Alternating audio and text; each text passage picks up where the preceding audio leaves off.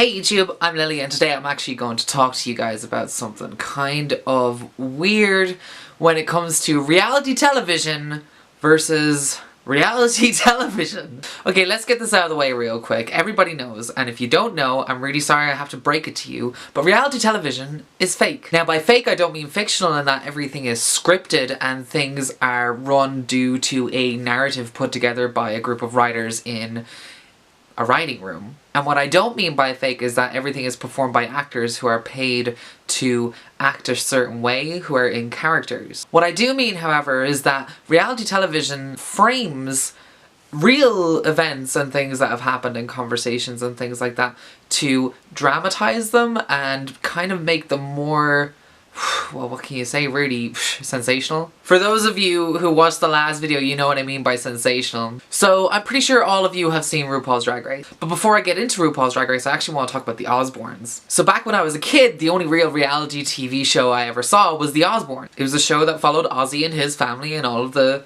adventures and things they did around their own home and stuff like that. To be honest, I didn't see much of it because I was a kid at the time and I wasn't really interested in that. But when I go and look at the Osbournes now, I see that, wow, this is really boring reality television compared to how reality television is now, which is, you know, exciting drama, things are happening, people are having arguments, people's feelings are hurt, there's always crying. There's like crying in every single episode of a reality TV show these days. And here's something else. Did you ever notice when you watch reality TV, there's always that sound that plays when you're like, ooh, like heart, there's like a heart drop sound when someone says something and someone gets offended by it, there's like that heart drop sound. Things like this are used in reality television to frame things as dramatic when they're not. It's the same thing as using a laugh track on a comedy show. The laugh track gives you notification on when to laugh at what's funny, regardless if it's funny or not. TV shows like Always Sunny in Philadelphia don't use laugh tracks because they actually are genuinely funny and you don't have to know when to laugh because you'll just laugh.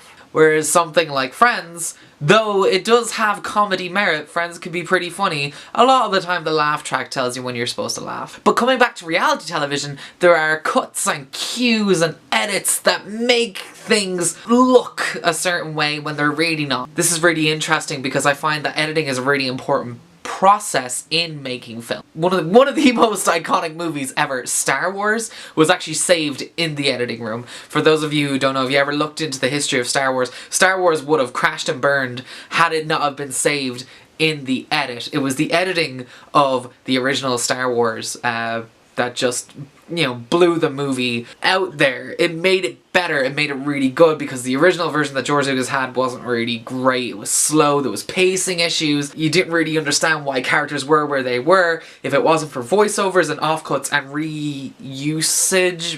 reusing of footage, we wouldn't get the Star Wars we had today, which is a great Star Wars. So the thing about reality TV is that to keep it going, things need to be happening. You look at RuPaul's Drag Race and something dramatic has to happen. Absolutely, every episode something dramatic has to happen.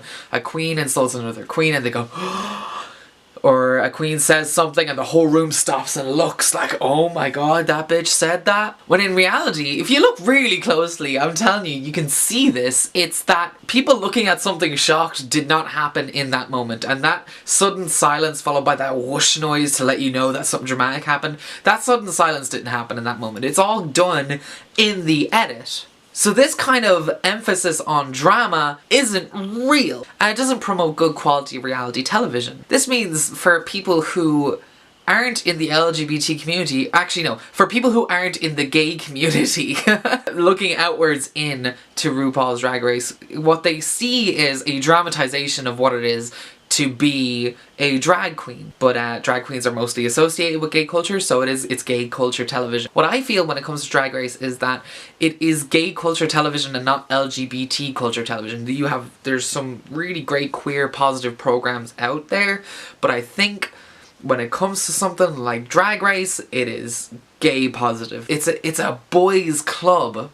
For reals, it is a boys club. And recently RuPaul went out there to say that, you know, RuPaul's Drag Race is challenging a toxic masculine culture or whatever. I forget the term, I forget the quote, but RuPaul said something along the lines of like, Drag Race is a middle finger to masculinity or whatever. And then I think to myself, how is that? How is it a middle finger to masculinity when your entire cast is made up of men? So when RuPaul was asked about whether or not they would let a transitioning queen on the show, RuPaul said, no, I probably wouldn't let that happen. And before, we've seen queens on the show who are going through HRT and stuff, and they had to leave because of it and things like that. So like, there's things happening before, and it straight away screams at me, women can't be on RuPaul's Drag Race. It is a man's show, it's a boys club. A dramatized boys club.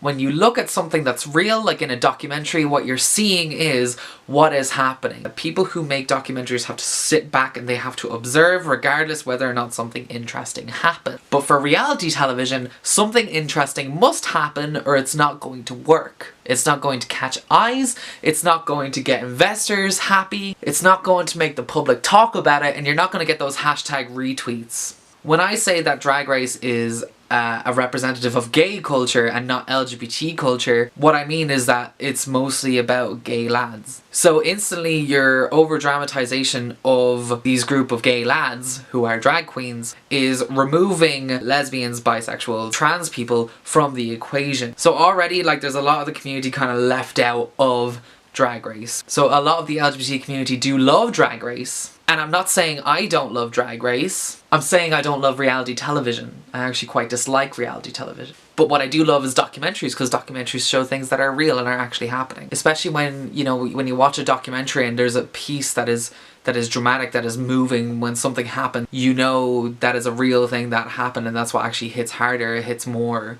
It makes documentaries better quality. Whereas when a reality show does something and it forces it to make you get a reaction out of it, it feels very fake. It feels very artificial to watch. So when you make a reality TV show that's, you know, scripted and edited in a way that dramatizes gay culture or the gay community or the LGBT community, actually in general, it doesn't show us in the best light, regardless whether or not the show is popular. And this is where reality TV poses a problem, especially for the LGBT community. It shows us in a light that does not exist. It exists in an artificial environment in the editing room. So long story short, you can edit anything to come off any way you want. Now obviously there's limits to it, but you can take a perfectly normal set of images and edit them all to hell and change how things are said and how things are received to portray them differently. And in my eyes, that's not what reality television should be. And in that spirit, I think reality television should actually embody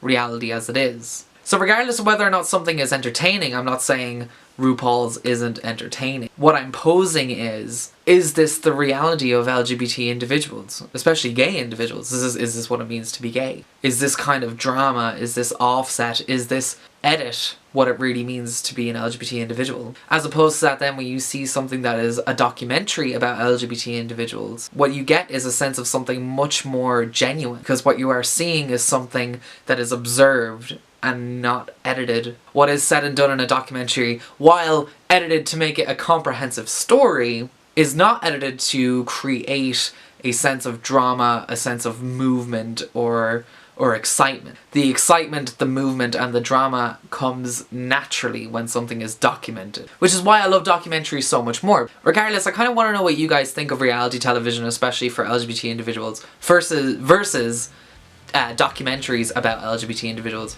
Do you like RuPaul's? I'm sure you do. Leave a comment down below. Whether or not you think I'm right is totally fine.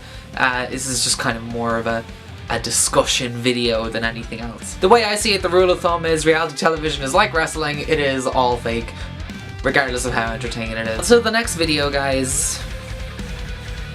All the love.